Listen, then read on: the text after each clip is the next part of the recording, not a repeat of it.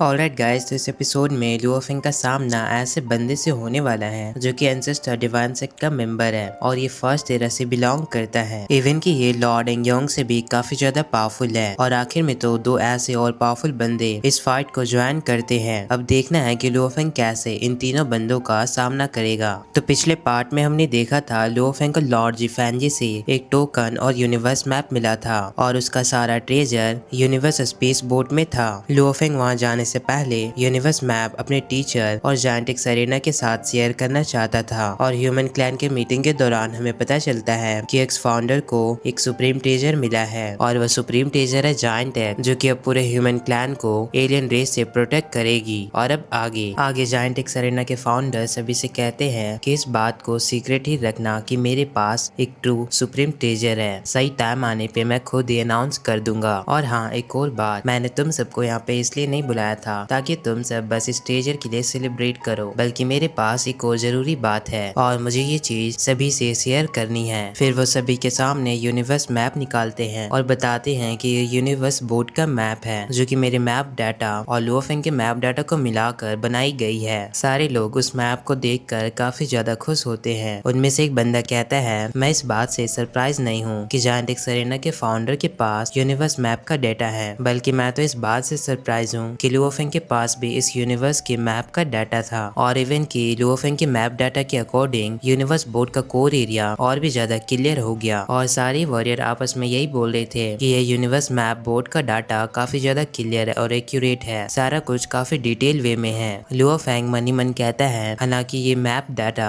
पूरे universe board को तो कवर नहीं करती है, पर फिर भी जितना हमारे पास डिटेल मैप होगा उतना ही ज्यादा हमें ट्रेजर को फाइंड आउट करने में आसानी होगी और हम ज्यादा से ज्यादा यूनिवर्स बोर्ड को एक्सप्लोर कर पाएंगे। तब एक्स फाउंडर लुओफिंग से कहते हैं, लुओफिंग तुमने अपने मैप डाटा ह्यूमन क्लैन को बिल्कुल ही फ्री में शेयर किया जो कि ह्यूमन क्लैन में काफी बड़ा कंट्रीब्यूशन है, पर अब ह्यूमन रेस के पास लिमिटेड ही ट्रेजर है और शायद मैं तुम्हें इस मैप के बराबर का रिवॉर्ड नहीं दे सकता, लेकिन मैं तुम्हें 5000 ट्रू ट्रेजर पॉइंट देता हूँ। इस पे लुओफिंग कहता है, पर सीनियर आपने भी अपना मैप डाटा बिल्कुल ही हमें फ्री में दिया, तो फिर मेरी भी रिस्पॉन्सिबिलिटी बनती है कि मैं ह्यूमन क्लैन में कंट्रीब्यूट करूं, तो मुझे रिवॉर्ड देने की कोई जरूरत नहीं है। इस पे जायंटिक सेरेना के फाउंडर उससे कहते हैं, अभी सबसे जरूरी तुम्हें जो चीज चाहिए वो है स्ट्रॉन्गर बनना, तो बेहतर होगा कि तुम इस रिवॉर्ड को रिफ्यूज ना करो। इस पे लुओफिंग कहता है, कोई बात नहीं सीनियर, मैं ह्यूमन रेस को सपोर्ट करने के लिए अपना पूरा बेस्ट करूंगा। फिर सारे ही लोग काफी ज्यादा खुश होते हैं और ड्रिंक करते हैं। अब लुओफिंग ह्यूमन क्लैन के बाकी सारे वॉरियर के साथ और भी ज्यादा कंफर्टेबल हो रहा था। जैसे जैसे वो पॉपुलर और स्ट्रॉन्गर बन रहा है, उसका कनेक्शन बाकी पावरफुल वॉरियर के साथ और भी ज्यादा अच्छे से बन रहा है। सीन शिफ्ट होती है और हम देखते हैं लुओफिंग स्टार टावर से काफी तेज यूनिवर्स बोर्ड की तरफ जा रहा था और फाइनली वो यूनिवर्स बोर्ड में पहुंच जाता है। बवाता बताती है कि ये यूनिवर्स बोर्ड है और ये पूरा स्पेस 100 मिलियन लाइट ईयर में फैली हुई है और ये लगातार अपने अंदर क्योटिक एनर्जी को एब्जॉर्ब कर रही है। इसी वजह से यूनिवर्स बोर्ड का आउटर एरिया काफी ज्यादा खतरनाक बन चुका है, क्योंकि वहाँ का एनवायरनमेंट काफी ज्यादा खतरनाक है और यूनिवर्स बोर्ड के अंदर का एरिया इससे भी ज्यादा खतरनाक है। हालांकि किसी को नहीं पता कि यूनिवर्स बोर्ड का ओरिजिन क्या था, यूनिवर्स बोर्ड कैसे बनी, ये पहले से यहाँ पे था। इवन कि जब दो होली लैंड यूनिवर्स बॉर्न हुए थे, ये यूनिवर्स बोर्ड उनके जन्म से पहले यहाँ पे था, इसलिए कोई भी यूनिवर्स बोर्ड की हिस्ट्री के बारे में नहीं जानता है और ये यूनिवर्स बोर्ड लगातार मिनिएचर यूनिवर्स को अपनी ओर अट्रैक्ट करके स्वेलो करती है, इसलिए इसे यूनिवर्स बोर्ड के नाम से जाना जाता है। फिर लुओफिंग उस बोर्ड के पास आता है और बताता है कि सच में ये यूनिवर्स बोर्ड काफी ज्यादा खतरनाक लैंड है। तभी पीछे से लुओफिंग को एक सीनियर आवाज देते हैं और वो थे आइस मास्टर और साथ में सीनियर वर्चुअल गोल्ड मास्टर। वो दोनों फौरन ही टेलीपोर्ट करते हुए लुओफिंग की ओर आगे बढ़ रहे थे। लुओफिंग बताता है, ये वर्चुअल गोल्ड मास्टर होंग के टीचर हैं। इनका दिल काफी बड़ा है जो कि इसने मास्टर होंग को अपना डिसाइपल के रूप में एक्सेप्ट कर लिया। मैंने सुना है कि वर्चुअल गोल्ड मास्टर के अंडर रहकर मास्टर होंग अब तो काफी ज्यादा स्ट्रॉन्गर बन चुके हैं और अब वो ऑलरेडी यूनिवर्स वेनेबल लेवल को अचीव कर चुके हैं। थंडर मास्टर कहता है, अब जब यूनिवर्स शिप का मैप सभी के पास है तो सारे ही लोग यहाँ पे आकर एक्सप्लोर करना चाहेंगे। फिर वर्चुअल गोल्ड मास्टर लुओफिंग से कहता है कि तुम्हारा एल्डर ब्रदर सच में काफी ज्यादा स्ट्रॉन्ग है और मैंने नहीं सोचा था कि तुम तो उससे भी काफी ज्यादा पावरफुल हो, और जबकि तुम ऑलरेडी डेडली प्लेस को खुद से एक्सप्लोर कर रहे हो, तो इस पे मैं तुम्हें कुछ बताना चाहता हूँ। ये यूनिवर्स शिप सच में काफी ज्यादा खतरनाक है, इसके अंदर का एरिया तो और भी ज्यादा खतरनाक है। इवन कि हम जैसे पावरफुल बंदे सारे भी बस एक गलती के कारण वहाँ मारे जा सकते हैं। हम दोनों अकेले ही इस एरिया को एक्सप्लोर करेंगे, तो तुम्हें भी यहाँ पे और भी ज्यादा केयरफुल रहना होगा। लुओ फेंग कहता है ठीक है सीनियर। अब लुओ फेंग यूनिवर्स शिप को एक्सप्लोर करने के लिए आगे निकल जाता है। आगे हम देखते हैं यूनिवर्स शिप में मर्सी लैंड जोन एरिया को, जहाँ काफी ज्यादा आइस क्रिस्टल के लैंड जोन बने थे।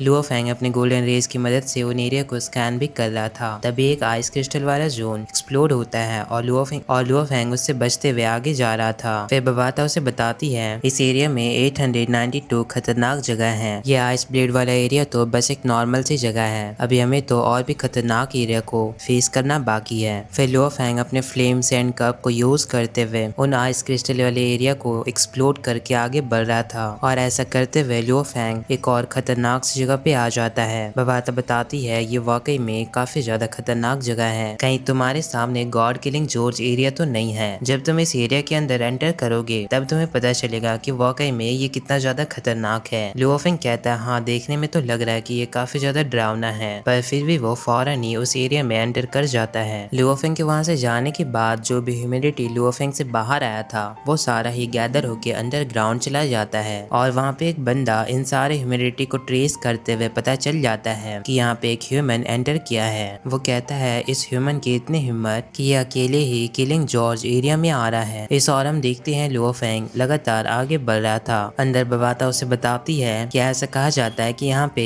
एक टेरेबल लावा डिमन गॉड रहता है, और वो ऑलमोस्ट सारे बंदे को किल कर सकता है जो कि यूनिवर्स मास्टर लेवल के नीचे है। उस लावा एरिया में लुओ फेंग आगे बढ़ रहा था, पर उसे वहाँ पे काफी ज्यादा दिक्कतों का सामना करना पड़ता है, जैसे कि वहाँ पे काफी ज्यादा प्रेशर पड़ता है, इवन कि काफी जायंट से रॉक नीचे गिर रहे होते हैं जो कि उस पे हमला कर रहे थे। लुओ फेंग उन सभी से बचते हुए आगे बढ़ रहा था। फिर लुओ फेंग एक जायंट से रॉक से दबने वाला था, तभी वो अपने सैंड कप को यूज करते हुए उस जायंट से रॉक को डिस्ट्रॉय करने की कोशिश करता है, और लुओ फेंग पूरा उसके अंदर होल बनाते हुए दूसरी ओर बाहर आ जाता है, और ऐसा करते हुए उसे और भी ज्यादा जायंट रॉक का सामना हो रहा था। इधर वो लावा डीमन गॉड कहता है तो ये रूमर सच है कि सिल्वर विंग वाकई में काफी पावरफुल ट्रेजर है। ऐसा लगता है कि अब ये सिल्वर विंग मेरे हाथों लगने वाली है। तभी वो डीमन गॉड बाहर आता है और जोर जोर से हंसने लगता है। लुओ फेंग समझ जाता है कि ये बंदा कोई नॉर्मल पर्सन नहीं है। बबाता बताती है कि ये एंसेस्टर डिवाइन सेक्स से बिलोंग करता है और ये यूनिवर्स फर्स्ट एरा से है। इसका नाम है यिन ताओ। ये अपने पीक टाइम में इसे हराना नेक्स्ट टू इम्पॉसिबल था।